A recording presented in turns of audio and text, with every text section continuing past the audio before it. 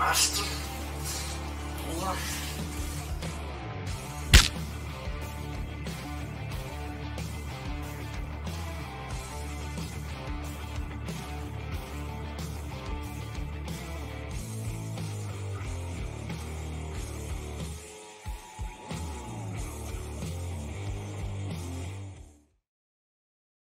Et bienvenue au podcast de l'Automne de Chaises de métal, podcast animé par moi-même, Marco, et l'encyclopédie de la lutte au Québec, TJ Holiday.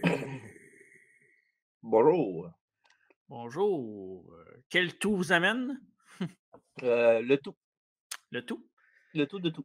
Parfait. Je vais essayer de pas trop te faire parler pour rien, là, de niaiseries, là, pour que tu récupères de ta petite grippette. Ça va être tough. Ouais. Mais je suis content parce qu'on va spoiler quelque chose, là. Mhm. On a enregistré un podcast puis t'étais pas là. Fait que là, on était even, on a manqué un chèque. Ouais, si on veut. C'est pas le même genre d'affaire, mais presque. Ben, moi, j'avais manqué un pay-per-view review. Puis toi, t'as manqué une entrevue. Fait que, c'est ça. Ouais. Quand t'es malade, t'as pris tes heures de maladie, t'en avais. Non, j'en ai encore, inquiète pas. Ah, t'en as encore? T'en restes un pour la fin de l'année, hein? Sûrement. On verra. Mais, ben oui. C'est pas mon premier choix, en tout cas. Non? Non, j'aurais mieux faire l'entrevue puis pas être malade que. Come on, arrête donc. Obviously. Ouais. Mais bon, on choisit pas toujours nos combats. Non. Parlant de combat, ben on rentre dans la saison du pay-per-view de Montréal. Ben, notre thématique du mois de février, évidemment, avec le Elimination Chamber à Montréal et le SmackDown à Montréal le 17 et 18 février prochain. Donc, on va parler de tous les pay-per-views qu'il y a eu à Montréal. Ben, en fait, sauf le Survivor Series 87, on va en parler de deux.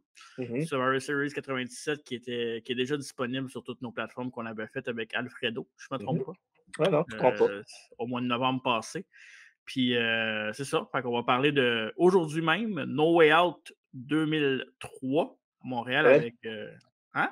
Pas même plus que l'année passée. Ça fait 2 ans qu'on a fait ça avec Alfredo. Non, c'est l'année passée. T'es sûr? Ouais, sûr et certain. Ok. Excuse-moi là-dessus. C'est l'encyclopédie, mais là-dessus. Ben, c'est encore drôle, je sais pas. C'est vrai que c'est encore drôle. On va voir tantôt. Il va aller voir juste pour être sûr pendant. Le pire, c'est que je vais aller voir pendant que tu parles juste pour être sûr. Parfait. Puis sinon, ben, on va faire Breaking Point 2009 après. Donc, oui. Ben, pas après celui-là qu'on fait. Non. Oui, le fameux pay-per-view que j'ai touché Triple H à l'avant-bras. Allegedly. Ouais, exact. Mais ça va être bien intéressant. Fait que un mois consacré au pay-per-view de Montréal. Puis il y a quand même des gros matchs dans Noël 2003 avec Rock Hogan 2, Triple H Scott Steiner 2. Tu vois, il y a un hype quelque part. Puis il y a. Scott Steiner, mesdames et messieurs. Ben, Scott Steiner, peu importe quand le match est bon ou pas bon, c'est toujours le fun de le voir, je trouve. Mm-hmm. Toujours divertissant. Puis sinon, ben, avant qu'on commence le pay-per-view review, on est disponible partout, évidemment sur YouTube, Apple Podcast, Spotify, Balado Québec en audio, Twitch, une fois semaine à peu près. Puis TikTok, je serais dû pour mettre d'autres affaires sur TikTok. Puis évidemment, notre Patreon.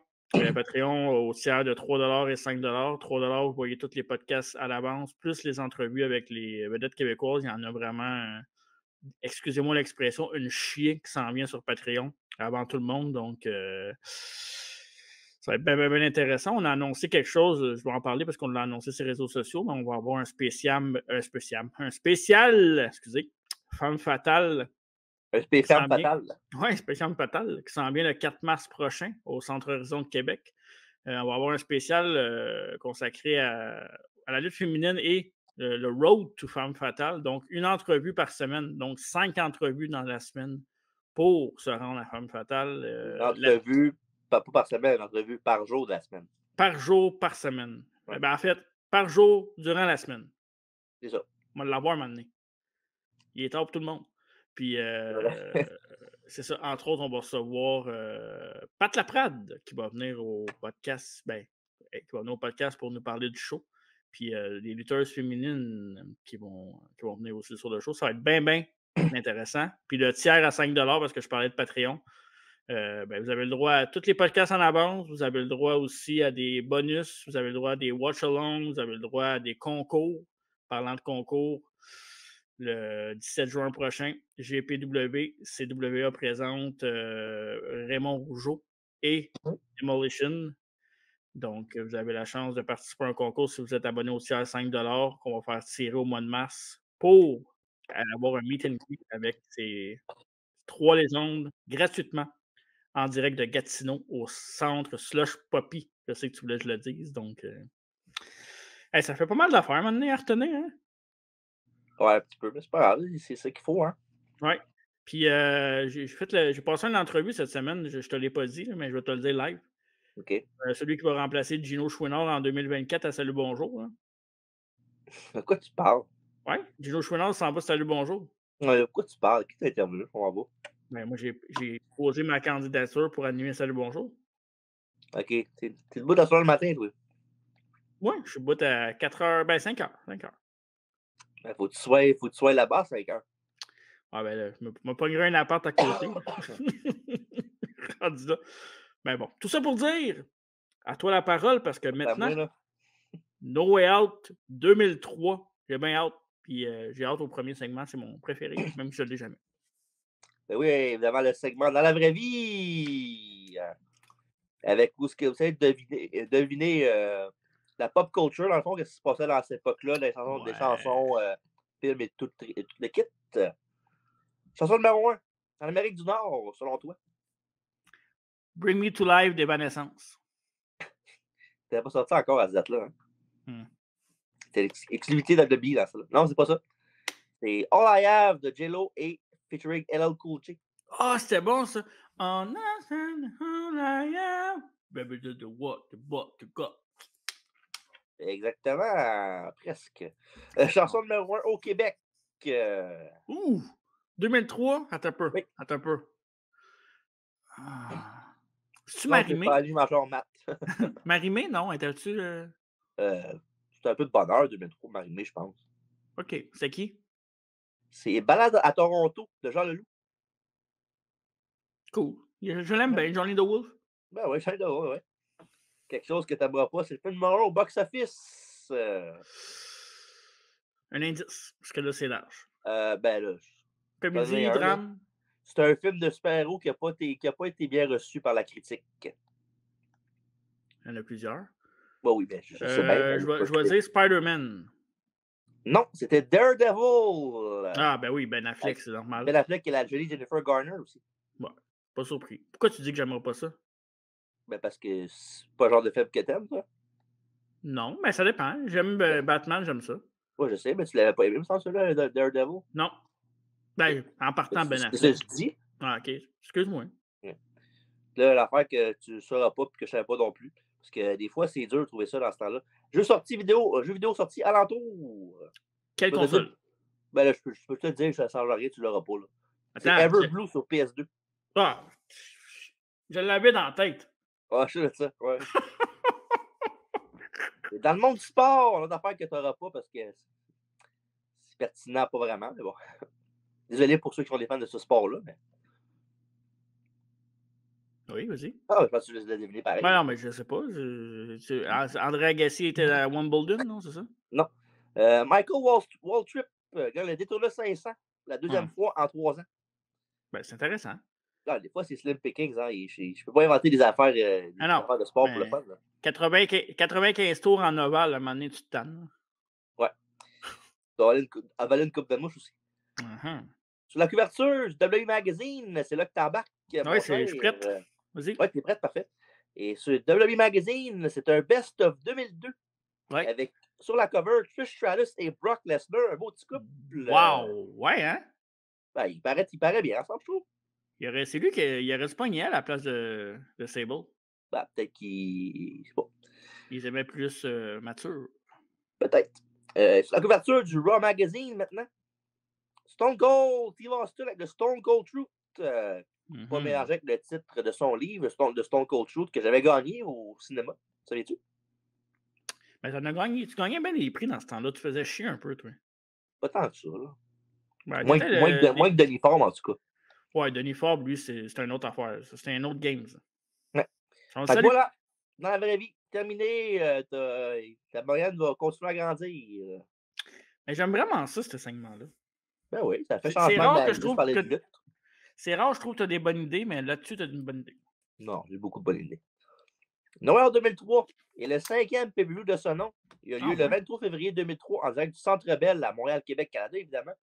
Premier pay-per-view depuis le Montreal Screwjob. Je connais pas.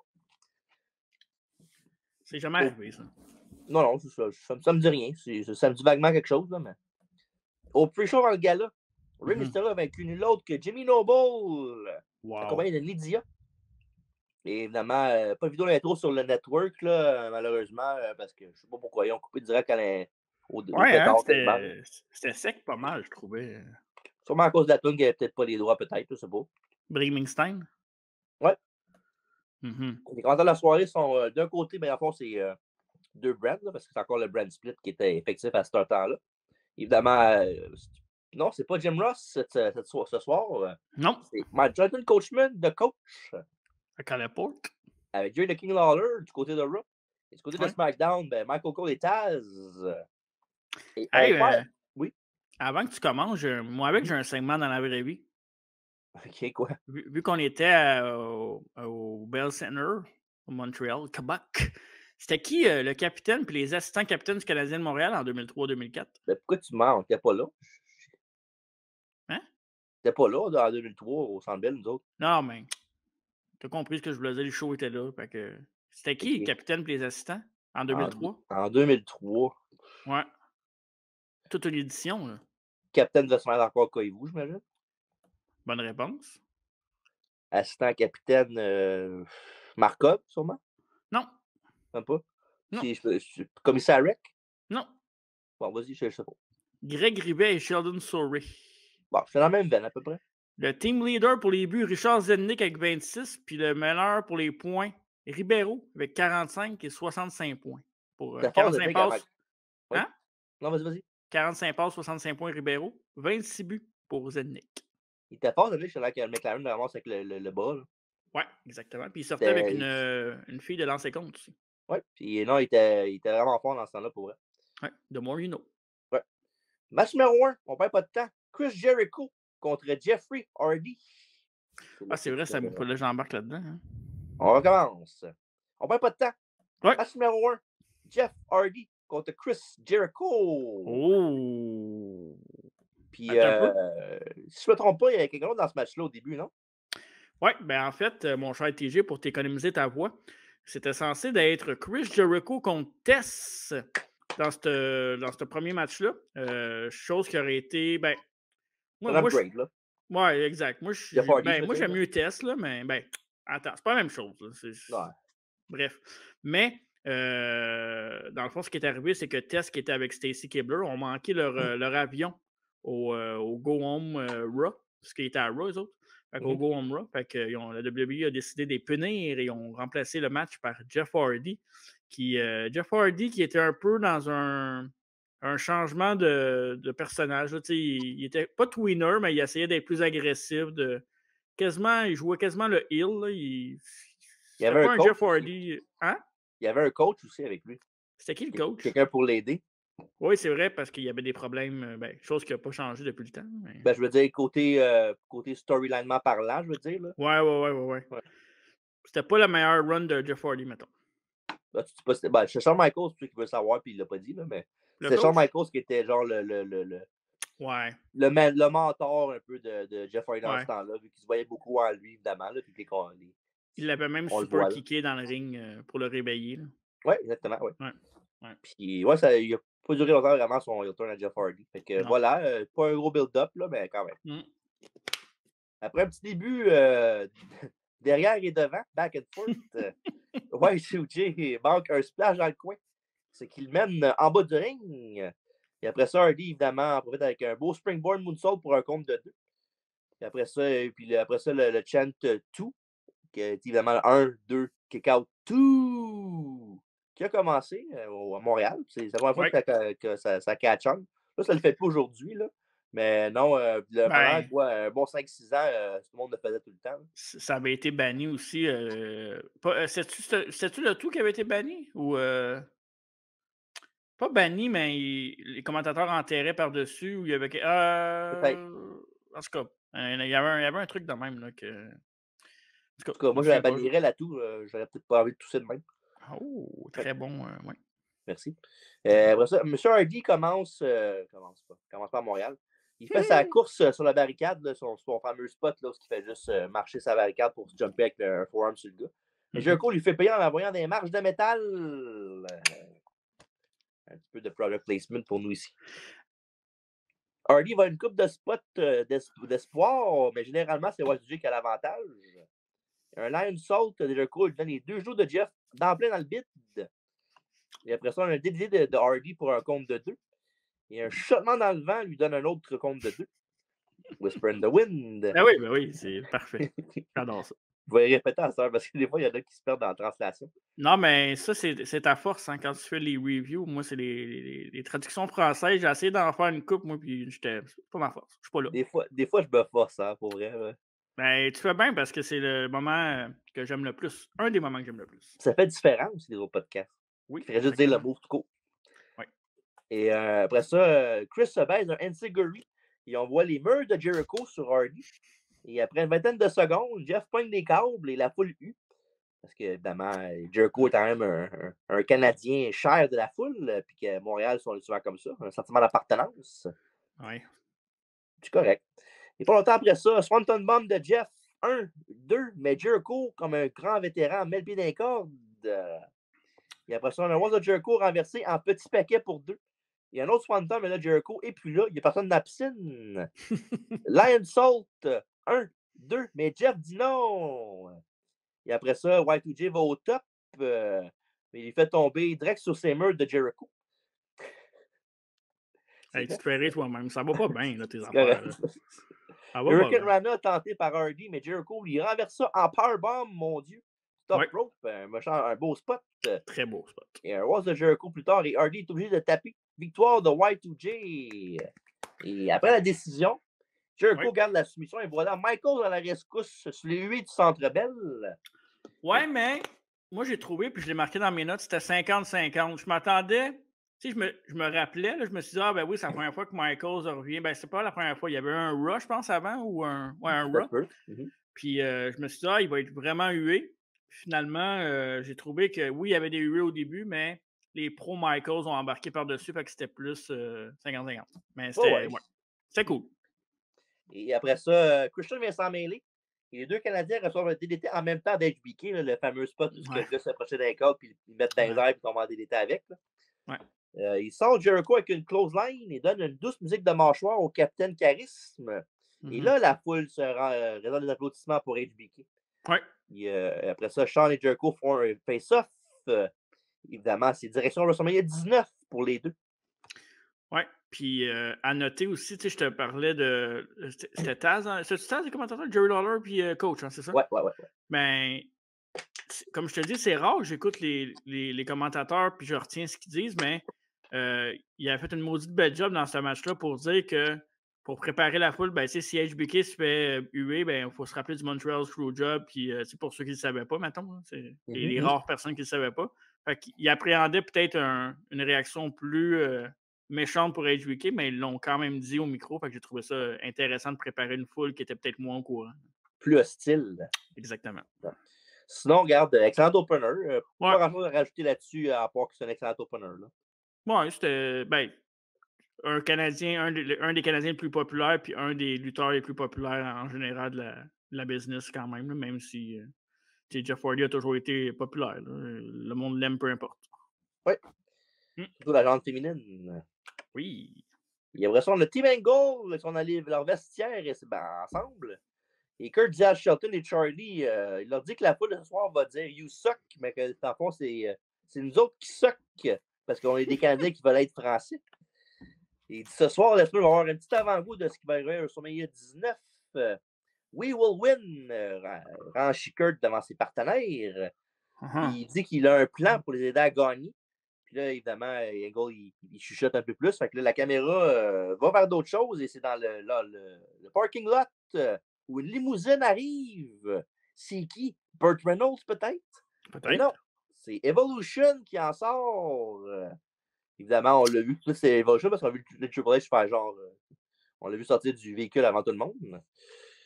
Et on voit aussi le truck avec un beau petit placement. On voit le truck Dawson qui est à côté. Ben, plus loin, mais dans le même Ouais. shot. Là. Pour vous montrer la fois qu'Evolution est arrivé, puis Carson est là. Fait que c'est un bon jeu de caméra pour elle. Puis ça, c'est une affaire que Triple H fait souvent depuis qu'il run la business, c'est qu'il fait souvent des Easter eggs en arrière. Ça, c'est une de ses forces. Fait que, tu vois, il a appris du meilleur. Vite. Ben, c'était Vince ou Kevin Dunn. Là. Non, c'est pas Kevin Dunn n'était pas là-dedans. C'est Vince puis Pritchard, je pense, c'est ça. Très possible. Ouais. Match numéro 2. Kane et RVD challenge les champions par équipe. William Regal et Lance Storm pour le champion par équipe du monde. C'est mieux celui de Raw. Ouais. C'est ça. C'était les All-American, dans le fond. Christian était avec eux autres, puis Tess, non? C'est ça? T'as-tu fait de quoi que j'ai pas vu ou. Ah, excuse. Fait 2 fois, là. Match numéro 2. Kane et RVD contre Regal et Storm pour le champion par équipe du monde. Aussi mieux celui de Raw. Ouais. All-American, tu dis, hein? Oui, ben les All-Americans, ils étaient avec Tess puis Christian dans ce temps-là. Ou Tess était plus là, je pense, avec eux autre, hein? Ben là, vers 2003, ça commençait à être fini un peu, là. C'était plus Storm puis Regal ensemble, puis Christian avec Jericho. Là. Ouais. Puis il y a eu Kane puis RVD qui se sont retrouvés ensemble. Ben Kane, c'était un peu le comment je pourrais dire ça? Pas le running gag, mais ça arrivait souvent qu'ils se retrouvaient avec des partners random. Il y a eu X-Pac, il y a eu RBD, il y a eu Daniel... Qui?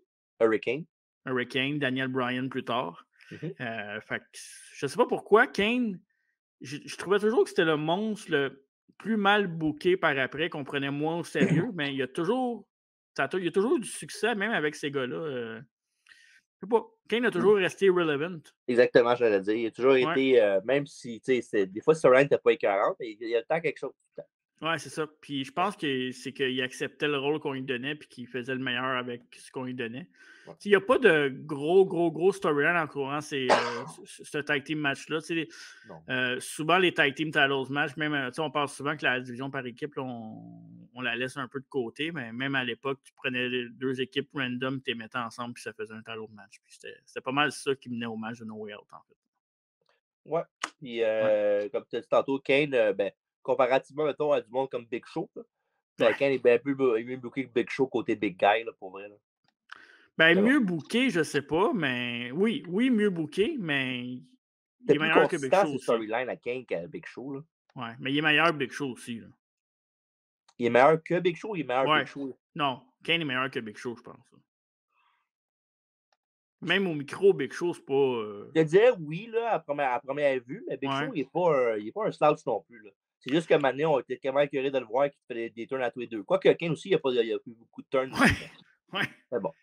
Van Damme commence ça avec Storm, mais qu'il le demande un petit peu. Et après un coupé circulaire, Regal embarque dans le combat. Et c'est à peu près le même résultat avec ça. Il a already un compte de 2 après un moonsault avec les jambes en split. Et après ça, tag à la grosse machine rouge qui finit par slammer Regal direct sur sa tête. Puis Regal est legit knocked out là, pour ça. Là. Bye bye. Ouais, pour vrai, tu le vois sur le shot et sa replay, là, comme quoi c'est pas un grand choc. Là, non. Mais la tête, elle frôle le sol d'une shot. Puis c'est ça. Des fois, quand ça frôle, c'est pire, des fois. Ouais, puis ça a impacté le match un peu. Puis tu vois après qu'il y a comme un moment où que tout le monde est un peu au ralenti puis qu'ils ne savent pas quoi faire parce qu'il y a des messages qui se passent avec l'arbitre, il y a de la communication. Il faut être attentif, il faut savoir ce qui est arrivé, mais ça paraît dans le match. Il y a comme un petit moment où que les équipes sont. Direct en partant, tu vois Storm qui embarque dans le ring puis il va juste pouler l'autre vers le coin puis il tag. Là. C'est ça, exact. Puis tu parlais de bon arbitre pour surveiller le tout. Ben oui, c'était Nick Patrick dedans. Qui est encore là en 2003. Ben quoi que je dis ça encore, mais il était là longtemps quand même. Hey, pour vrai, là, il faudrait l'inviter, Nick Patrick. J'ai déjà essayé. Pour vrai? Il n'a pas répondu? Non. Un peu... Ben, je pourrais réessayer. Je pourrais me redemander ma chance un jour, si jamais. Vas-y, continue, je regarde. Parfait. Quelques minutes plus tard, Regal est OK et rembarque. C'est des bonnes nouvelles là-dessus. Et RVD est au top, mais Storm le pousse en bas de l'arène et les champions ont l'avantage après que Van Damme pogne la barricade d'aplomb. Et RVD finit par s'en sortir avec un coup de pied sur Storm et Kane est rendu l'homme légal. Et Kane sauve sur Lance avec sa ligne de la troisième corde. Toujours un beau spot de Kane. Ouais. Et comeback de face du frère d'Undertaker. Il signale pour l'écrasement d'étouffement. Le chokeslam. Sur Regal, mais Storm tourne le masque de Kane. Puis il doit dans les yeux. Fait que là, Kane, évidemment, ne voit plus rien. Ouais. Après ça, Storm en profite, il pousse RVD sur Kane. Puis Kane, ça fait qu'il ne sait pas ce qui se passe. Fait qu'il chokeslam RVD. Il se fait sortir par Regal et Storm fait le compte sur RVD. 1, 2 et 3, toujours champion. William Regal et Lance Storm. Très, très beau, très belle fin, très beau spot. Ouais, un très beau finish pour vrai. Un autre bon match, puis le finish était vraiment bien pensé pour vrai. Là. Ouais. En même temps, tu peux quasiment pas battre Kane, fait que la seule façon de battre Kane, c'est en faisant ça, puis en chokeslamant son propre partner. RVD, là, tu sais, j'ai des notes, là. RVD est incroyable. Je me souvenais pas pourquoi je trippais autant RVD dans le temps, mais chaque fois que j'écoute un match, c'est pas plate, un match RVD. Là. Tu passes toujours de quoi. Tu peux pas t'endormir sur un match de Rob Van Dam. Sinon, j'ai noté la chanson de William Regal, là. Cette chanson-là ressemblait à la chanson de Jimmy King dans le film Ready to Rumble. C'est la tune à Storm, je pense, dans ce temps-là. Ouais, peut-être Alan Storm, parce que la tune qu'ils sont rentrés avec. Là. Ouais. Ouais, je comprends ce que tu veux dire. Puis, je suis pas un gros fan de Lance Storm, mais avec William Regal, je trouvais que ça fit en maudit. C'est une bonne équipe ensemble. Ouais. Fait que, bon match, bon match. Ouais. Puis après le match, Kane, évidemment, il se rend compte de ce qu'il a fait. Fait qu'il va relève Van Damme qui le pousse, puis il s'en va frustré. T'es plus frustré de la situation, pas fâché contre Kane. C'est exprès. Là. Une storyline qui va mener tranquillement avec Triple H, puis quand il va y enlever son masque, puis tout le kit. Là. Ouais, mais nous, à WrestleMania, le mois d'après, ben, en fond, c'est même pas sur le show normal. Je pense que ces deux équipes-là sont dans le kick-off, je pense. Fait que... Pour vrai? Ouais. Ben, en même temps, des fois, il faut les sacrifices aussi. Là. Pas tout le temps choisir les. Non, c'est sûr, mais quand même. Tes talents, là, mais bon. Sinon, Interview Time avec Josh Matthews, Shannon Moore et Matt Hardy, version 1. Matt dit que malgré le fait qu'il a perdre du poids pour le Cruiserweight, le Cruiserweight grâce à était presque impossible, mais avec la attitude, il était capable de le faire. Puis évidemment, après ça, il voit son frère Jeff plus loin qui revient. Puis il va voir Jeff et il dit si tu aurais plus de attitude, tu ne perdrais pas tous tes combats. Puis Jeff le slap d'en face, puis il s'en va pendant que Shannon Moore retient Matt Hardy qui a le goût d'en crisser une. C'est une belle promo avec les deux frères ici. Ouais. Match numéro 3. Billy Kidman défend son championnat Cruiserweight contre Matt Hardy version 1 avec Shannon Moore dans son coin. Et évidemment, la césure est en jeu. Ouais. Et pour les Matt Facts du jour, Matt n'est pas un grand homme dans l'âge de la glace. Non. Et aussi, Matt Hardy prend son thé avec du lait et du colorant. The more you know. Exact. Puis, vite pour la storyline, ben, c'est que Matt Hardy voulait être un cruiserweight, fait qu'il fallait qu'il cote du weight à chaque semaine. Puis, c'est ça, c'est un peu ça. Là, je pense qu'il attaquait pas mal des cruiserweights aussi les semaines d'avant. Puis, c'est ça, il perdait du poids parce qu'il voulait devenir champion cruiserweight. C'était une bonne storyline quand même, là, à l'époque, là, je trouvais.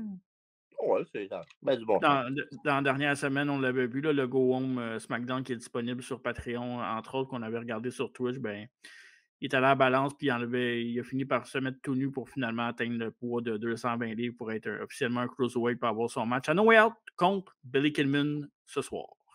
Exactement. Et Kidman, parlant de lui, avec des arm drags sur Matt et Hurricane Rana. Et Billy sur l'apron, et Hardy le whip, et Kidman rentre dans le poteau. Un beau petit move pour prendre over pour Matt Hardy. Ouais. Et après ça, Kidman fait un effet de côté de Hardy en roll-up pour 2. Et Matt prend les devants pour de bon par la suite. Et le champion s'en fait avec un kip-up et un très haut enziguri. Et évidemment, un comeback de face s'ensuit. Kidman avec un dive en planche sur Matt en bas du ring. Il est en contrôle du combat pour l'instant. Oh oui. Et Kidman rentre sur Shannon Moore et sur le retour, Hardy avec un side effect pour un compte de 2. Et après un bulldog avec Moore comme tremplin, Billy Kidman tente un shooting star press, mais Hardy se roule hors du chemin.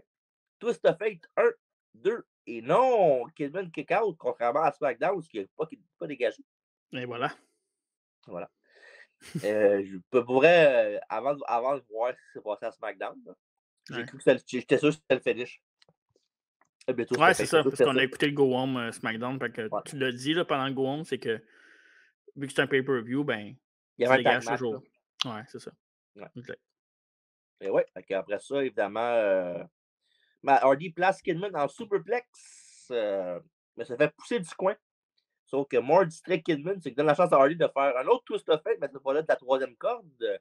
Pour la victoire, le championnat Cruiserweight, gagnant du combat, Matt Hardy, version 1. Écoute, on se l'avait dit, là, moi je trouve que c'est la meilleure version de Matt Hardy. Là, V1, c'était vraiment très, très. Ben, tu sais, j'avais bien aimé aussi son personnage Broken, mais pour vrai, ça, c'était vraiment un très bon personnage. Puis à l'époque, c'était. Évidemment, on le connaît avec les Hardy Boys, fait que c'était dur un peu de séparer les deux frères. Fait que je trouvais que ça y fitait très, très bien. Puis Billy Kidman, là, on parle souvent de Booker T, qui a été peut-être le meilleur gars de WCW à être utilisé à WWE, mais Billy Kidman a une pas pire run à WWE aussi. Je trouve qu'il a quand même fait des matchs notables, puis il a été champion. Il a quand même eu une ceinture là, longtemps. Fait que, non, puis moi, je suis un gros fan de Kidman. J'ai toujours trouvé qu'après Mysterio, c'était pas mal le plus intéressant. OK, il manque un peu de charisme, là, mais je veux dire, il y a une camisole. Ça, c'est des fois, je pense. Oui, exact. Sinon, un bon match, encore une fois, là, comme on vient de dire, Matt Hardy, moi, je trouve que c'est un vrai trésor, le version 1. Oui. Il a pas, même à l'époque, il y avait beaucoup de talent à WWE, là, mais je pense qu'il sortait du lot pareil avec son personnage. Oui, vraiment. Ouais. Vraiment. Et backstage, on a un mystère. Edge est au sol. Elle ne répond pas pendant que la GM de SmackDown, la jolie Stephanie McMahon et ses partenaires Brock et Benoit sont là. Puis évidemment, un peu plus tard, on voit Stephanie qui part avec Edge à l'hôpital. Et le six-man tag est en danger. Ouais. En fond, c'était pas vraiment. C'était une vraie blessure de Edge. C'était pas pour le story. Ils ont fait ça en storyline, mais en KFM, il était vraiment blessé. Puis non, malheureusement pour Edge, il est parti. Puis il est revenu juste 13 mois plus tard, quand même. C'était une longue temps d'absence pour Edge. Oui, vraiment. C'est quand il était revenu vraiment RIP là, puis il se faisait huer, là, c'est ça? Pas tout à fait. Au début, il était revenu puis il était face. Là. Ouais, mais il se faisait huer puis on tranquillement. Ouais, c'est ça. Ouais. Ben ouais, après ça, il commençait à avoir un petit passage de bébé Lala un peu. Là. Puis évidemment, après ça, il est une Royal Superstar, puis le reste is history. Yes. Le meilleur match des deux. numéro 4. Oui, pardon? Oui. Ah, j'allais dire le meilleur des deux. Avec Christian. C'est discutable. OK. Match numéro 4. The Undertaker contre le Big Show avec Paul Heyman dans son coin. Puis évidemment, j'ai peur de le demander. Là. Mais pourquoi Big Show contre Undertaker encore? Ah, écoute, parce qu'on ne l'avait jamais vu avant. Fait qu'il fallait vraiment faire ce match-là. Non, mais faire sa part 3 mois avant. Big Show avait chokeslamé Undertaker en bas du stage, qui avait permis au Deadman d'aller guérir des petits bobos qu'il y avait dans la vraie vie, donc qui est faible.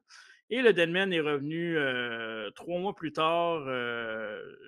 J'allais dire Bad Evil, ça c'est Eminem. Big Evil, Undertaker, qui est revenu au Rumble, en fait. Au Rumble avec Stamen, c'est ça, hein? C'est ça? Mind Games, c'était 3 mois plus tard au Rumble. C'est ça, il est revenu au Rumble attaquer Big Show. Puis après ça, il y a eu Big Show qui ne se montrait pas à Binette, qui faisait des Mind Games. Il mettait des cadeaux dans des boîtes de bois. Fait qu'on a vu, évidemment, Brother Love, qui était le premier à introduire, le premier manager d'Undertaker, en fait. C'est le premier manager Undertaker. Ouais, c'est un jeu 90, ouais. Oui, exact. On a vu aussi un petit chien qui était dans la boîte. Et aussi, quelque chose qu'on avait parlé souvent, dont Dark Side of the Ring, épisode sur Chris Canyon. Canyon qui était sorti et qui avait chanté du Boy George. Puis c'est quelque chose qui avait fait bien parler parce que Canyon était évidemment gay. Donc le fait que Vince avait fait faire ça à Canyon, c'était un peu une punition parce que Undertaker l'avait massacré puis pas à peu près. Là. C'est surtout ça. Là. Ouais, c'est ça. Il l'avait pas manqué, disons. Donc c'est pas mal ça. Il y en a un que tu oublies, par exemple. Ouais, il y en a un, j'ai oublié, hein? Ouais. C'était quel? C'est quel C'est déjà? Brian Kendrick. Oui, il chantait Ouais. en messager, là. Ouais, en genre télégramme, mettons. Oui, Là. je l'avais-tu? Oui, je l'avais. J'ai oublié de le Ok. dire. Ouais. Ok. En télégramme, ouais. Bref. C'était ses débuts à SmackDown, quand même. Ouais, la grosse Quand storyline. il s'appelait Spanky. Ouais, il est bon, Brian Spanky Kendrick. Dog. Exact. Donc, c'est ça. Ouais. Fait que voilà pour Taker contre Big Show. Fait que quand du match Undertaker. Ben, Ben quasiment non. pour vrai, là. Ben là, on n'est pas comme ça ici. Là. Taker et Big Show brawl pour débuter. Taker va amener une chaise dans le ring et pousse Hebner, mais il reçoit la chaise d'en face quand Big Show le punch direct dessus. Qui a été le finish une couple d'années après ça. Ouais. Show travaille le dos de l'American Badass, mais l'offense est comme, l'offense est comme vous l'imaginez, vous, là, en votre tête. Là. Pensez à un match Big Show contre Undertaker, puis vous savez ce qui se passe. Là. C'est Bon, vraiment long en plus. c'est Taker vrai signale qu'il est long. Ouais. Taker signale pour un chokeslam, mais Show bloque avec un coup de boule. Oh. Je sais pas si c'est la gauche ou la droite. Ben, un coup de boule, c'est-tu genre aimes-tu la vie comme moi? Oh, Non, c'est juste un coup de boule avec la tête, la caboche, le Parfait. caboose. Et le Deadman revient avec un lariat en sautant pour deux, pour son jumping clothesline. Mm-hmm. Et quand David se fait frapper de bras par Big Show, Taker low blow le Big Show. Il fait un gros DDT en sautant dans les airs pour un long compte de 2. Long dans le sens que l'arbitre veut qu'il se mette sur place. Là.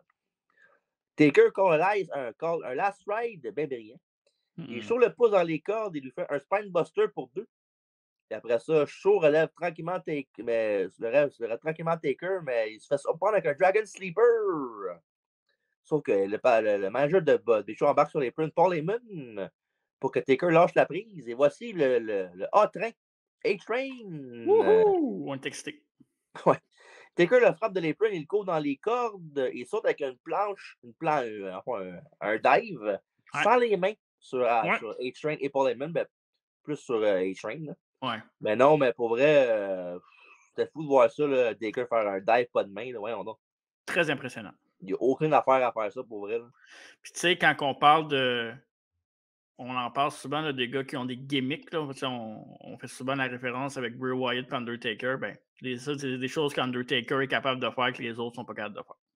Ouais. Puis, de retour dans le ring, Big Show avec un chokeslam, 1, 2, et Taker renverse en porte de l'enfer.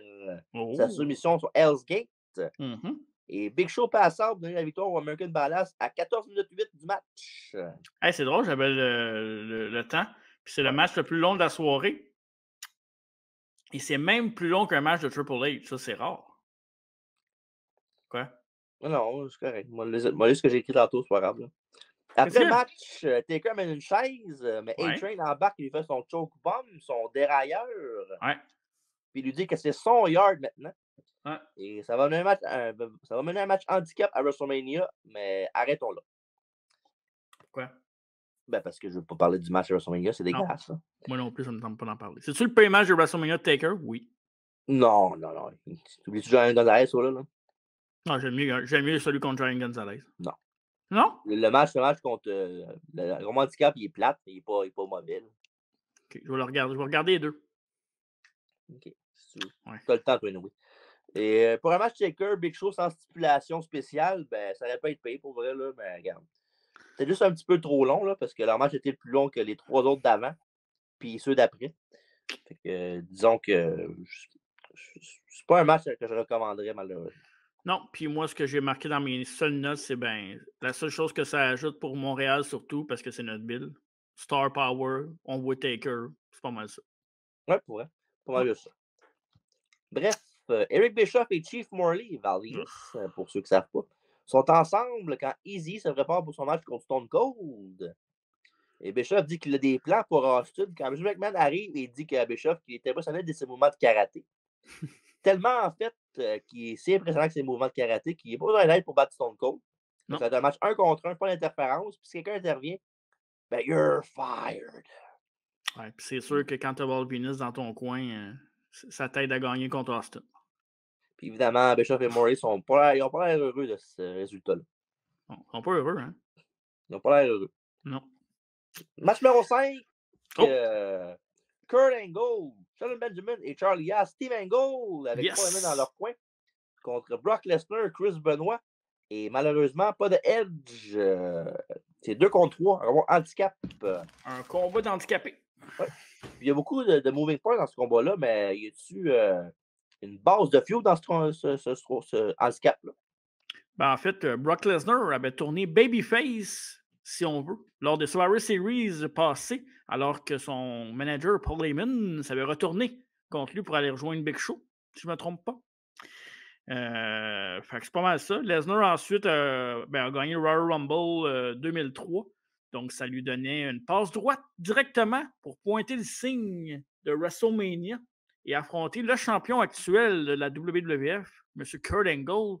Et pour vrai, là, on l'a dit tantôt, là, mais je le redis, Angle et Lesnar, dans ce temps-là, ils étaient les Untouchables. Et je parle pas de Marco Estrada et de Matt Angel. Ils étaient vraiment 2 très bons lutteurs intouchables. Angle, pour vrai, moi, s'il y avait une plus longue carrière WWE, là, parce que, tu sais, oui, il a eu une très belle carrière à TNA, mais WWE, je pense que ça aurait été peut-être un des meilleurs de tous les temps. Là. Il n'y a pas grand faille dans le jeu de Kurt Angle. Il est déjà sans ça, fait que j'imagine. Qu'est-ce que tu dis? Il est déjà sans ça, oui, un des meilleurs lutteurs ever. Fait que... Exact.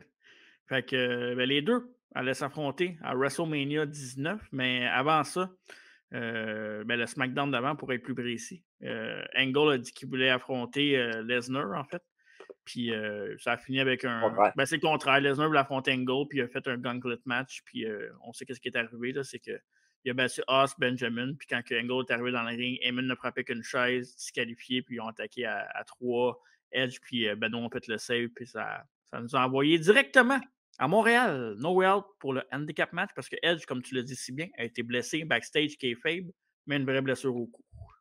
Ouais, puis un petit détail que tu n'as pas mentionné. Chris Benoit aussi avait affaire là-dedans un petit peu, parce que avant que Lesnar gagne le Rumble, c'était contre Chris Benoit qui était Kurt Angle à Rumble 2003. Puis c'est vraiment un des meilleurs matchs de Rumble History pour vrai. Là.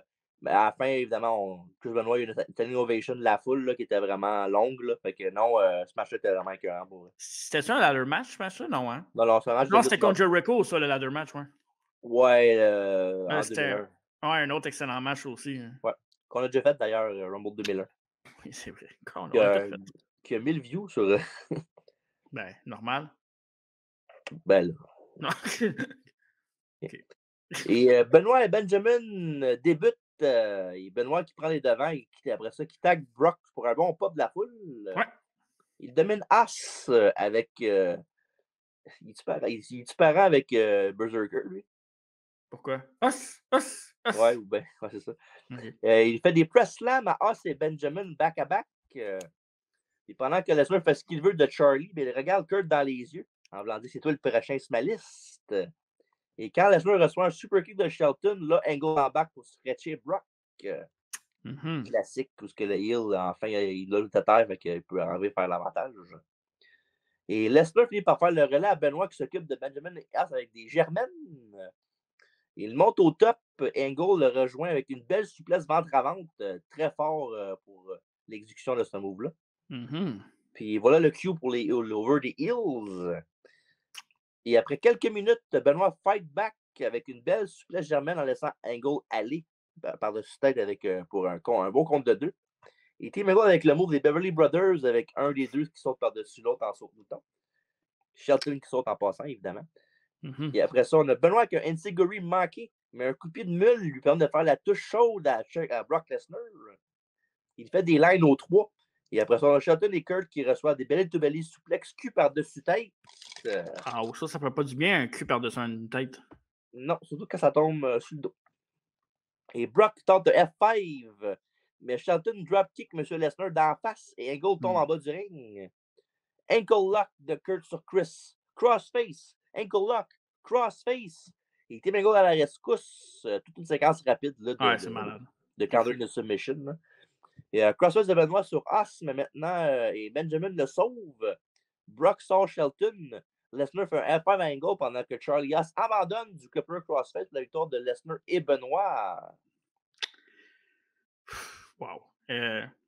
Psychologie du match, incroyable.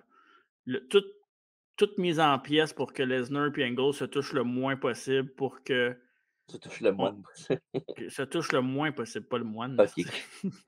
Pour qu'on ait le hype pour WrestleMania. En même temps, Lesnar est buildé comme un monstre, c'est parfait. Puis, tu sais, on parle souvent des matchs tag team. Là, on va parler de beaucoup de All Elite, FTR. Il y avait les Briscoes, il y avait les Young Bucks, tout le kit. Là, mais dans ce temps-là, là, les Benoit, Edge, Jericho, Team Angle, là, pour vrai, c'est dur à dire parce qu'il faudrait vraiment comparer match par match. Là, mais c'était aussi bon, sinon meilleur qu'aujourd'hui. Là. C'était vraiment solide, leur match. Là. Ouais, C'est fou, là, pour vrai. Parce que j'ai adoré ce match-là, moi. C'est vraiment, vraiment adoré ce match-là. Ben, c'est du super beau travail de tout le monde. Là. Il n'y a personne là-dedans wow. qui a slacké off, là, vraiment, dans le match. Là. Non. Puis dommage, pourrait leur manquer ce match-là, quoique c'est pas vraiment sa faute, évidemment. Mais sinon, un match à voir, là, je vous le conseille. Oui, vraiment. Le match peut-être de la soirée, on verra, mais il y a des bonnes chances. Et le contraire de match que je vous conseille, c'est le match numéro 6. Et oui, désolé.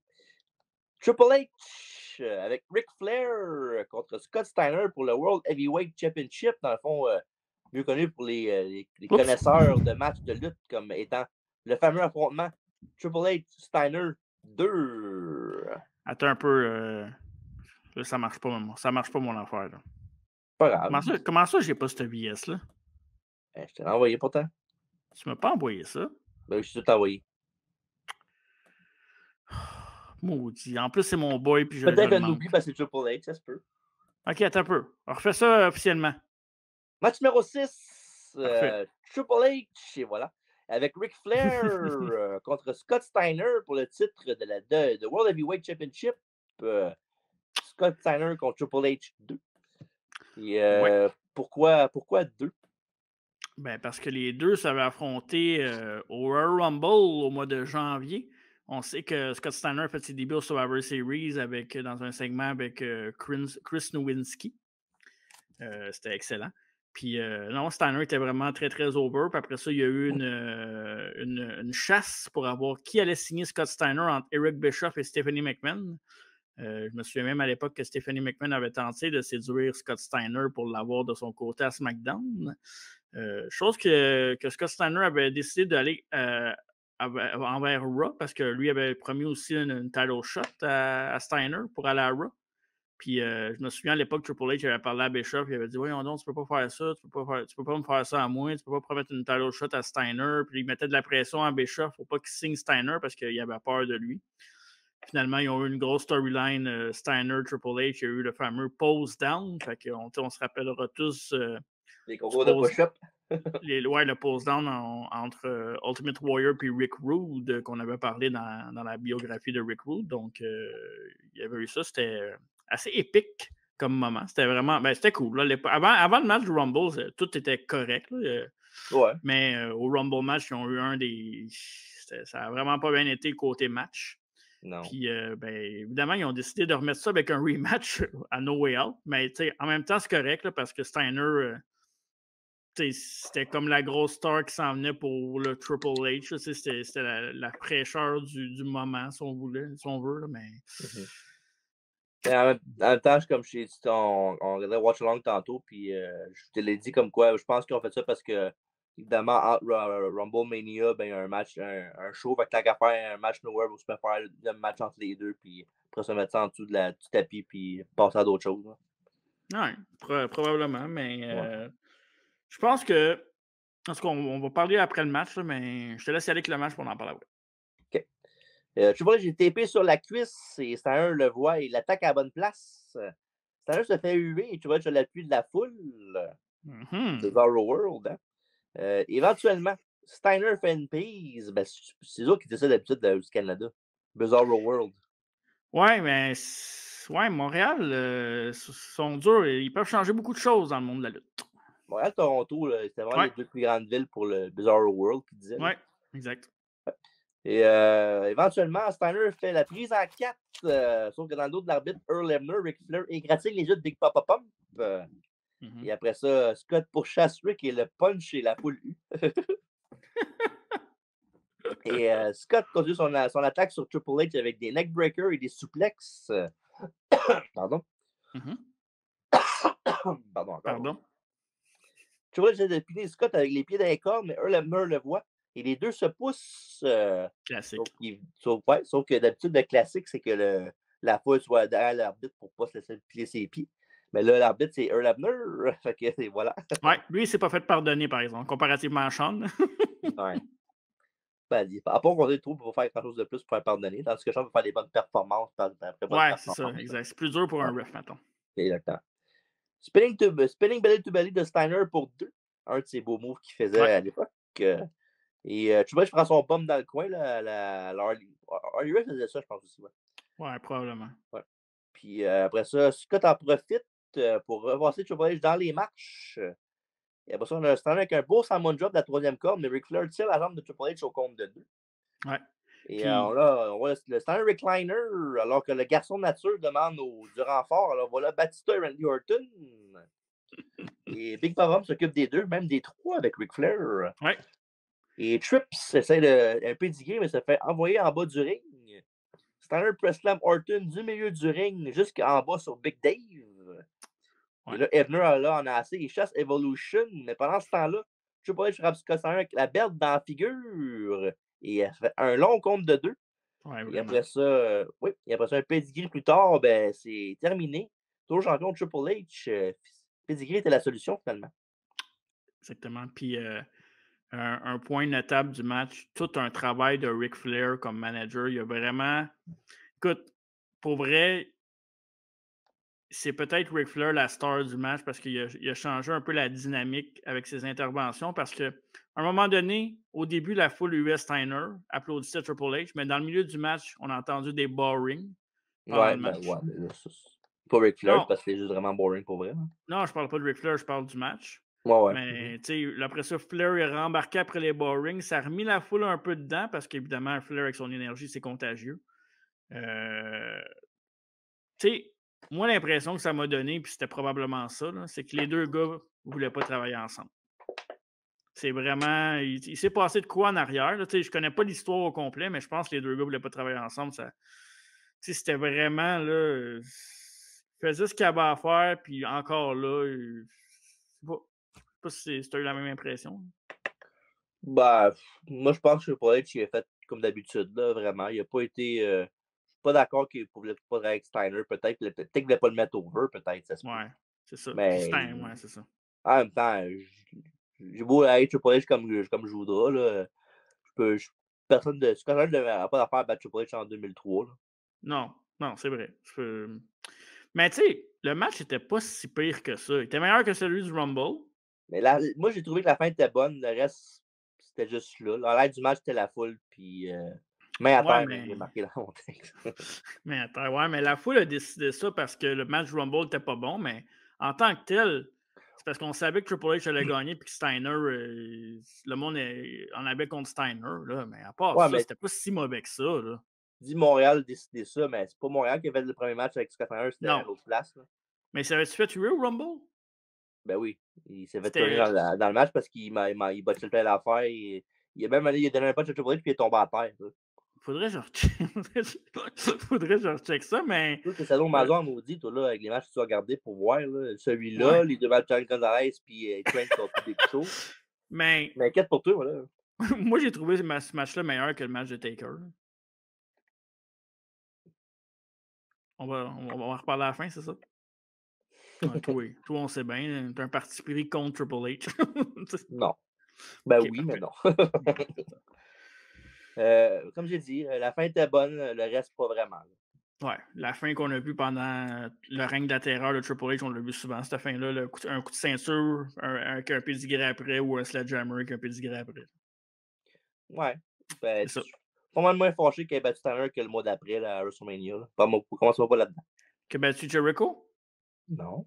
Ah, c'était qui à WrestleMania? Deuxième Booker T, ben là. Booker T n'avait pas l'affaire à gagner ce match-là. Pardon? Non.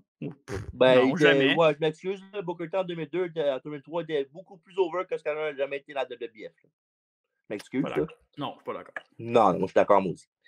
Mais ça sera pour l'autre fois. Parfait, on en reparlera. Ouais. Eric Bischoff, lui, il va en parler tout de suite. Il se dirige vers le ring et le roster de Raw est là. ils n'ont pas regardé le match ensemble sur une grosse TV, puis évidemment, c'est tous les babyface de Raw, fait qu'il rit de lui. Puis Bischoff a l'air en même temps fâché et démoli en même temps. Ouais. Et match numéro 7, Eric Bischoff contre Stone Cold Steve Austin. Puis ça, évidemment, sans voler toutes tes punches, là, ça a commencé depuis un petit bout, même à WCW. Ben, c'est ça, WCW, Bischoff avait congédié Steve Austin. Fait qu'ils ont repris un peu cet angle-là pour l'amener en storyline parce que, évidemment, Vince McMahon a engagé Rick Bischoff comme General Manager. Un moment shocking de l'histoire de Monday Night Raw après le Monday Night War. Tout le monde connaît cette histoire-là qui a été largement... c'est ça. Beaucoup d'encre ont coulé pour cette histoire-là. J'aime ça dire ça récemment. Puis, évidemment, tous ceux qui font affaire avec Vince McMahon, à un moment donné, finissent par payer. Donc, Vince McMahon, c'était un peu tanné de Bischoff. Qu'est-ce qu'il y a? Ça dépend des fois, c'est lui qui paye. Ouais, des fois, mais elle était bonne, elle était bonne. Merci. Puis, c'est ça, tu sais, ça a amené à... Il donnait des chances à Bischoff, il donnait un ultimatum à Bischoff de turn Raw upside down by the throat. Puis, il a donné 30 jours à Bischoff. Puis finalement, Bischoff avait dit qu'il allait signer Stone Cold Steve Austin. C'est ça qu'il allait signer Stone Cold? Ouais, hein? C'est lui qui a dit qu'il avait signé Stone Cold. Puis Vince, ouais, c'est ça. Puis là, finalement, il l'a congédié à Monday Night Raw parce que Austin ne s'est pas présenté. Puis là, il y a quelqu'un qui est venu aux abords du ring. C'était qui la personne déjà? C'est JR. C'est JR qui est venu pour dire qu'Austin allait être là à No Way Out. Ouais. Fait que, il a gardé sa job pour l'instant d'un match, mais un match annoncé entre Steve Austin et Bischoff. Moi, je vais être bien franc. Là. À l'époque, ça ne m'intéressait pas. Puis quand je l'ai réécouté, ça ne m'intéressait pas plus. J'ai regardé le tiers du match. Le reste, j'étais sur mon téléphone. Zéro intéressé à l'époque. Zéro intéressé là. Moi, pour vrai, Austin, comme dans ce rôle-là, un match de même, moi, ça ne m'intéresse pas. Zéro. OK, ben, c'est correct, t'as le droit. Ouais. Puis, ouais, évidemment, mais une affaire du build-up que j'avais trouvé, je trouvais drôle, c'est Bischoff, il disait à McMahon, il n'y a personne qui pourrait me remplacer pour faire la job que je suis capable de faire, tu sais ça. Puis, il y a des mots qui arrivent, puis c'est juste un McMahon qui sort, puis là, il est là, oh fuck. Peut-être qu'il va mettre 5 avant. Je veux juste dire aussi que je n'ai pas compté ces matchs-là dans les pires ou dans les bons matchs de la soirée. Pour moi, c'est pas un vrai match. Là. Non, je suis d'accord avec toi là-dessus. Parfait. Puis, Good Old JR est de retour pour les matchs de son grand chum Steve et aussi voir Bischoff manger une volée parce que dans le build-up. Ouais, c'est vrai. Je n'ai pas dit ça. Peux-tu le dire? Parce que je peux y aller. Là. Dans le fond, pour punir un peu, ce qui est arrivé, c'est qu'il y a eu un match entre JR puis Bischoff. Puis Bischoff a comme blessé JR pour passer un message à Austin. Ben, il a pété un bloc de ciment sur la tête. Ouais, c'est vrai. C'est malade. C'était-tu le bloc de ciment de Tough Enough? Ben ouais, ben il a fait pareil avec Austin puis Scottor le moment donné aussi. Oui, c'est vrai. Ouais. Il a cassé en des miettes, là. Fait que c'était un classique, là, un peu comme Triple H avait fait à l'époque avec JR, il avait cassé le bras, je pense. Là. Bon, ouais, pour dire à Mankind, je veux être Hello Shot, sinon je vais casser le bras. Ok, je te le donne. Parfait. C'est malade, ça.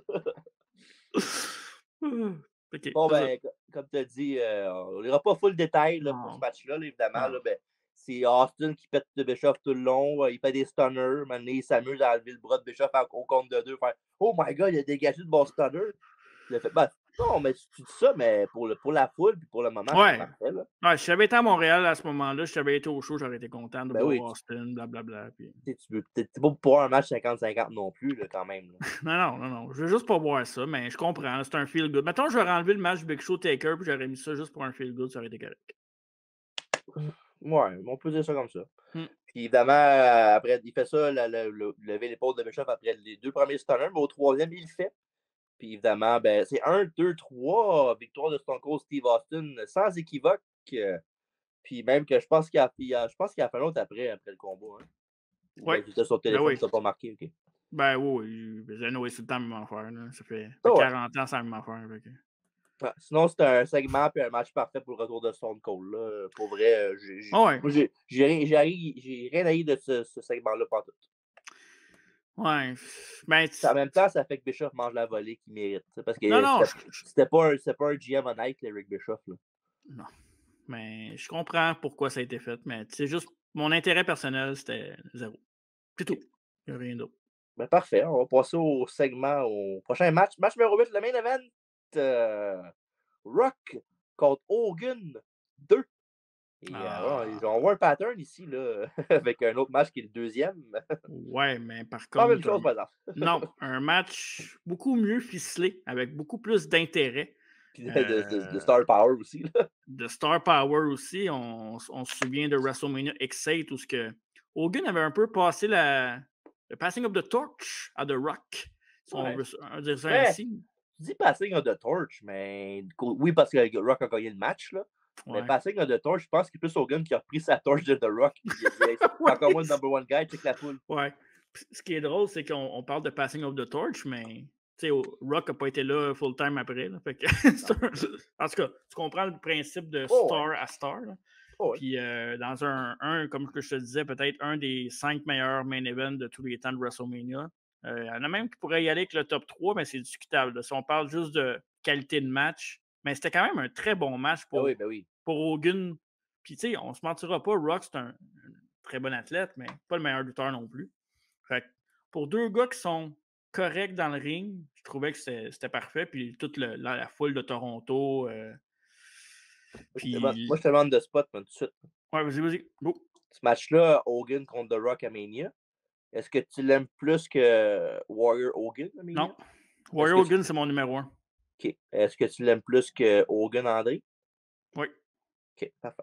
Ouais, je suis pas un gros fan d'André, moi. Non, je sais, mais reste que la storyline puis le setting. Ouais, mais je comprends ce que tu veux dire, mais niveau match, le setting d'André est incroyable parce que c'est André et plus grande nature. Je respecte le bonhomme, je respecte le personnage, tout, mais pour moi, Rock Hogan, c'est. Mais tu sais, encore là, c'est question d'époque aussi. Tu sais, j'ai pas grandi avec WrestleMania 3, je l'ai vu après, tandis que là, j'étais dedans. Fait que...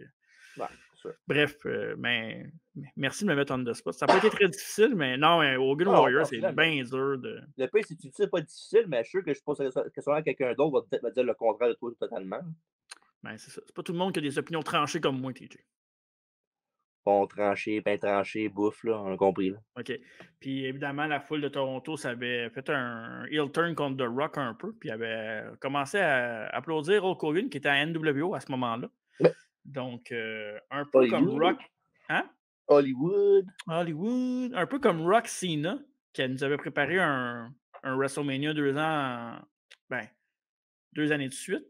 C'est un peu pareil, mais pas pareil dans un sens. C'est que presque un an plus tard, mois pour mois, jour pour jour, on a le droit à Rock Hogan 2. Puis là, le pattern est un peu différent parce qu'Hogan est revenu en Hogan Red and Yellow. Puis Rock était un peu plus Hollywood cocky. Donc, tranquillement, devient un full heel parce que, comme tu disais dans notre Twitch, c'est qu'il n'était pas encore full heel, il était tweener un peu plus. Ouais. Puis évidemment, ben, ça pas arrivé pour rien non plus, Rock Hogan. C'est McMahon qui voulait ça parce que McMahon était en crise que Stephanie engage Hogan à SmackDown. Fait qu'il voulait mettre le pouce par-dessus pour qu'il fasse ses affaires. Puis évidemment, ça va venir à WrestleMania 19 à début. Mais c'était pas Hogan, là, mais à SmackDown, c'était pas le capitaine bleu, là. Le capitaine bleu. Comment c'est le personnage d'Hogan? Captain America. Monsieur America. Ouais, mais c'est dans ce temps-là, non? Non, c'est un peu plus tard, ça. Avec le détecteur de mensonges. WrestleMania. Pour vrai? Oui. Ça continue après? Ah ouais, je pensais que c'était avant. Oui, parce qu'il avait renvoyé après WrestleMania, me semble. Il dit oui. Parce que tu m'as battu à Mania, t'es renvoyé. Puis il est revenu après ça avec Monsieur America. Stéphanie l'avait engagé à sa époque, c'était lui. Pas juste des grands coups qu'a fait Stéphanie Mann, des fois. Fait que là, on est prêt pour le match 2. Hogan contre The Rock. Hollywood Rock, parce qu'il avait commencé sa nouvelle tune aussi avec son petit début tranquille. Là. C'était malade. Ouais. Et après ça, il se fait un peu sur en bas du ring. Même chose après un whip d'Hogan dans les cordes. Fait qu'il continue ça, puis Hogan dans la mort, il va le frapper en bas. Évidemment, Hogan, c'est Hogan, puis l'offense est pareil. C'est des punches, puis des back rakes, puis des affaires des yeux. Là. Ouais.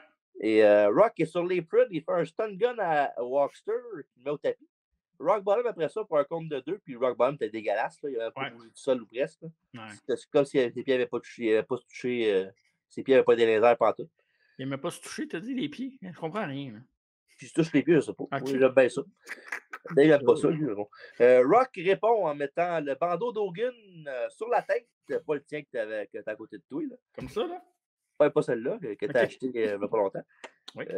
Pour les affaires qu'on a achetées, allez voir en deux collections sur YouTube. Et il y avait la ceinture aussi d'Hogan, puis il a craché dessus, je pense, pour après ça, l'a frappé 10 fois avec. Ouais. C'était malade, ça. C'était un beau moment. La foule était nuts.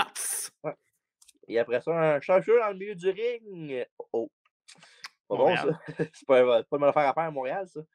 Pendant 2 minutes, Hogan n'abandonne pas. Il pousse Rock en bas du ring avec ses jambes en poussant. Et après ça, Rock avec une chaise, mais Hulk se tasse et Rock frappe le poteau. Et après ça, Hogan frappe The Rock avec la chaise dans le dos. Puis quelque chose que l'arbitre n'a pas disqualifié Hogan pour ça.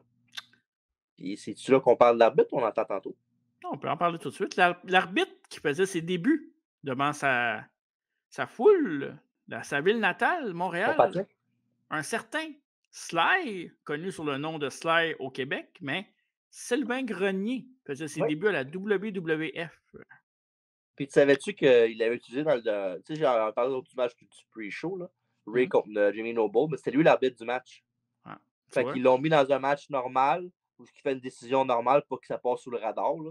C'est vrai, hein? Ouais. Ah. Ben, sous le radar, je suis sûr qu'il en a parlé, comme quoi, il l'avait dit au début. J'imagine que quoi qu'il est de Montréal, ça c'est le début. Ouais, ils ont dit Sylvain Grenier from Montreal, Québec. Ouais. Fait que c'est bon, ils n'ont pas juste mis en Love Nowhere quand t'as pas vu le match de lui. Quand il aurait peut-être pu mettre un match au début du show, là. Genre Jericho contre Jeff Hardy, là, pour qu'il monte le voie dans un match autre que le kick-off. Là. Ouais, c'est ça. Parce que le kick-off, c'est pas tout le monde qui le regardait à la télé. Là. Exactement. Ouais. Et après ça, pas longtemps après ça, Rock donne à Hogan un low blow, un spinebuster, un People's Elbow. Excusez-moi, 2 People's Elbow même. 1, 2. Mais Hogan dégage et comme d'habitude, Hulk up. What you gonna do, you? What you gonna do? C'était Rock qui le faisait, évidemment. Wow. Et leg drop, 1, 2. Mais les lumières se ferment presque. Les lumières se ferment. Donc, c'était-tu Tony Khan qui bouquait? Et quand les lumières se rouvrent, l'arbitre est au tapis, inconscient.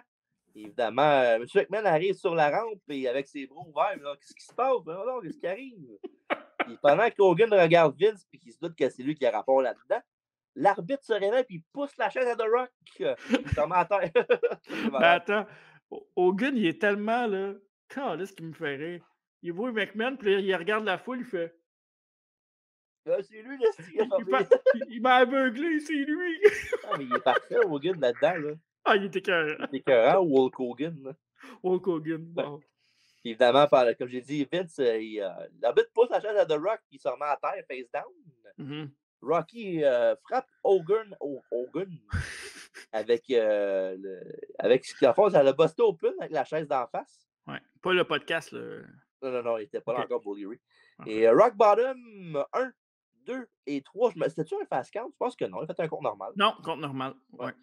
Puis victoire de The Rock, avec évidemment l'aide de l'arbitre et M. McMahon. C'est un coup monté. Par McMahon. Ouais, par Sinclair, c'est un peu passé cette joke-là. Ouais.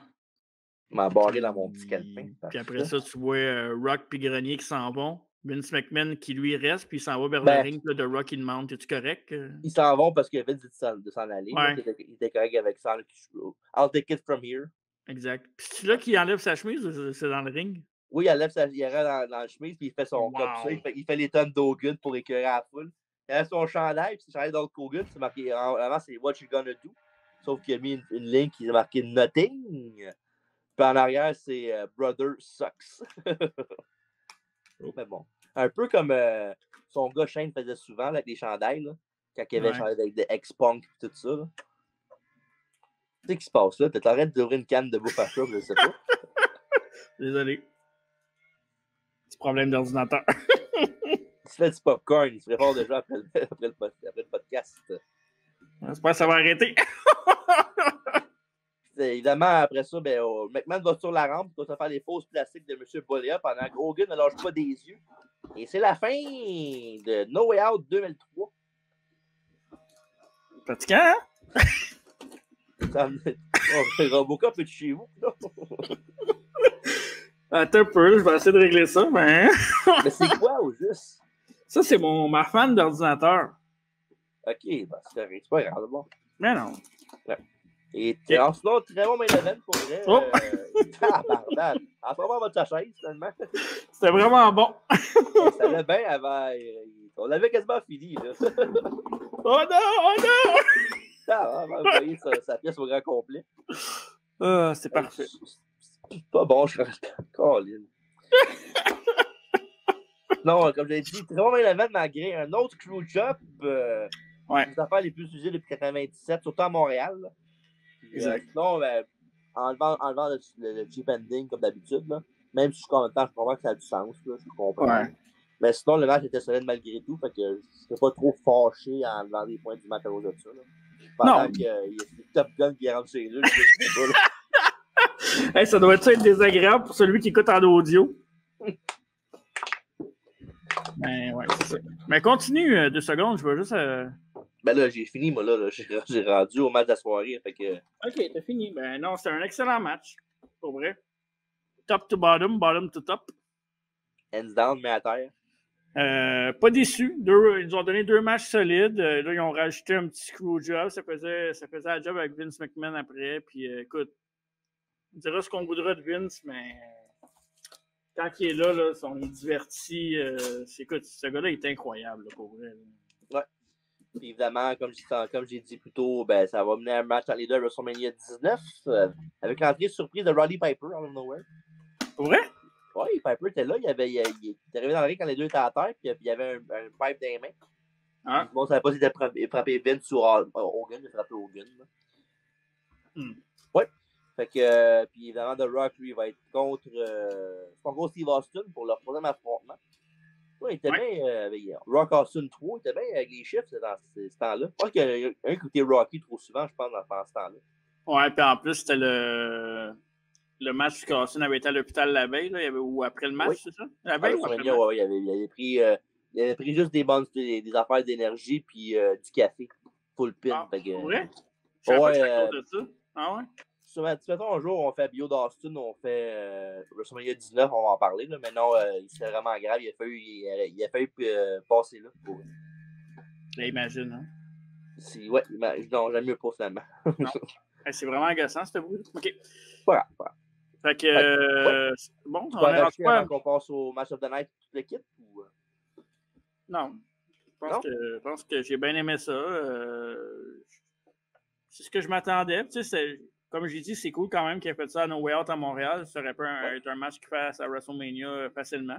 Mais non, ils ont décidé de le faire à Montréal. Hogan était ça à WrestleMania? Ah oui, contre McMahon, c'est vrai, tu l'as dit. Excuse. C'est ta fan, je pense, qu'elle te coupe le son, je pense. Ah, ça me gosse. Ouais. Oh! Mais d'abord là! Ouais, désolé! Pour les matchs de la soirée!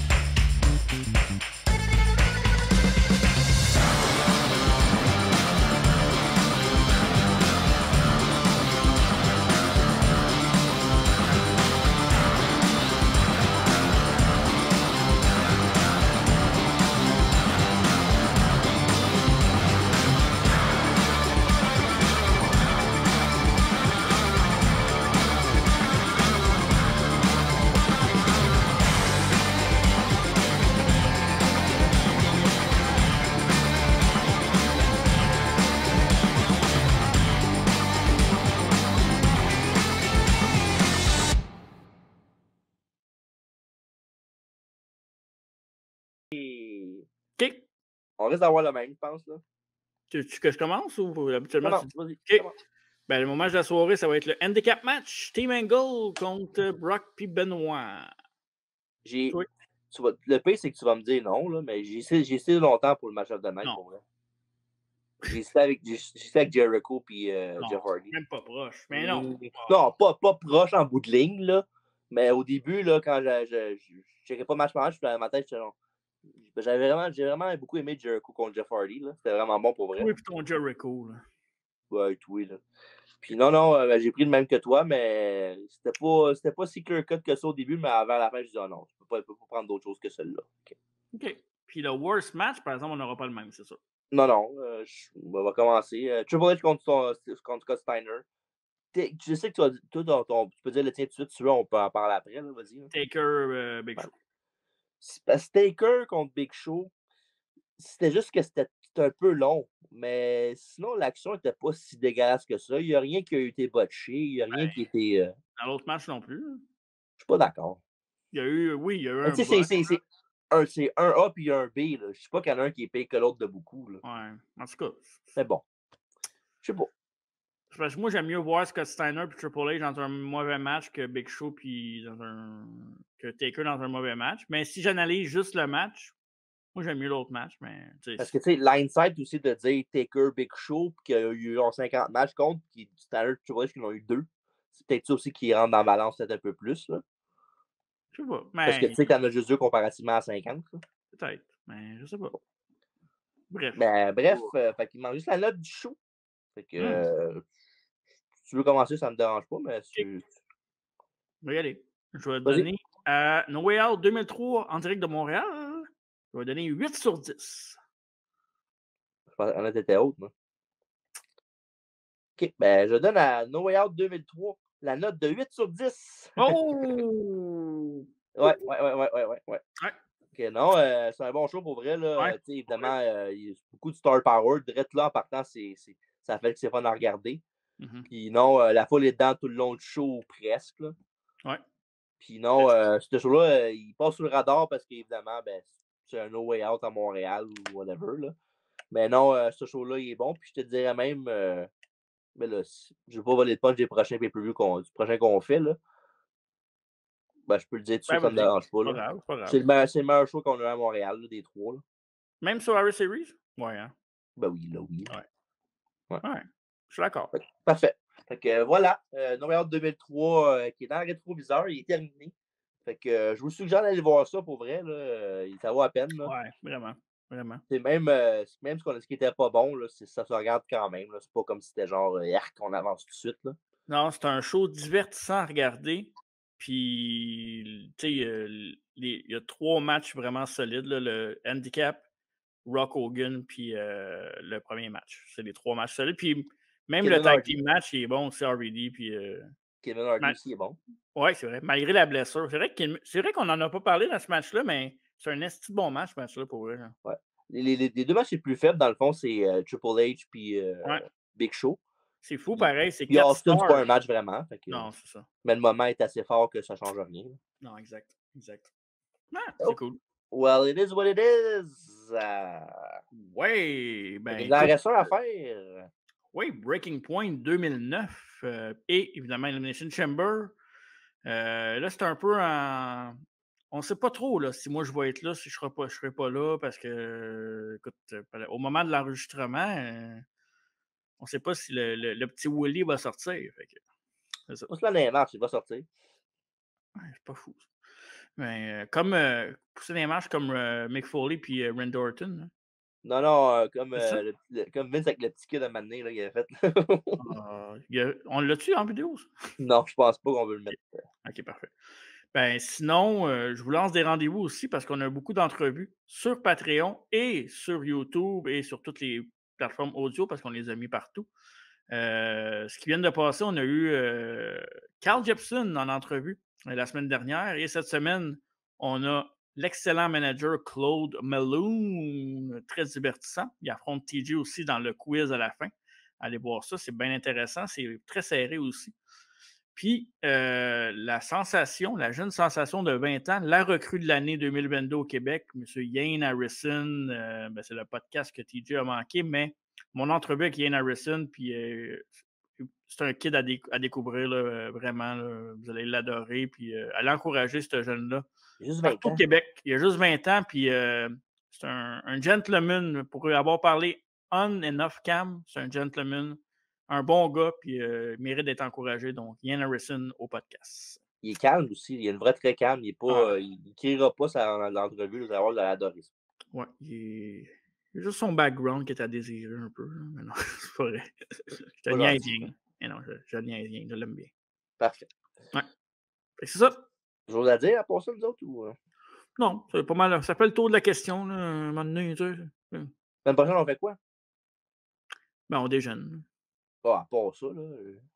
Ouais, moi j'aime bien ça manger. La semaine prochaine au podcast, ben c'est Breaking Point, non? Ou c'est. Non, c'est le Mission Chamber. Ben oui, on parle de nos impressions du show, que ce soit in person ou à la télévision, on verra.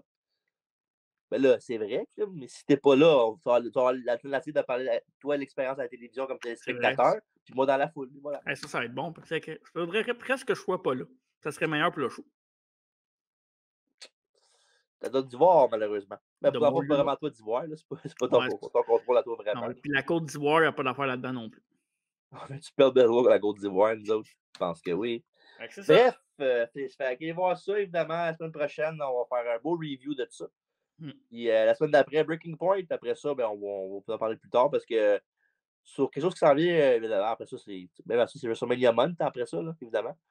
Bon, on a quoi qui va vous intéresser. La semaine prochaine, on va en parler là, un petit vote qu'on va vous faire pour déterminer un des WrestleMania qu'on va reviewer. Oh, concours interactif. Oui, c'est ton choix à toi, tu n'étais pas sûr. C'est le choix de Marco.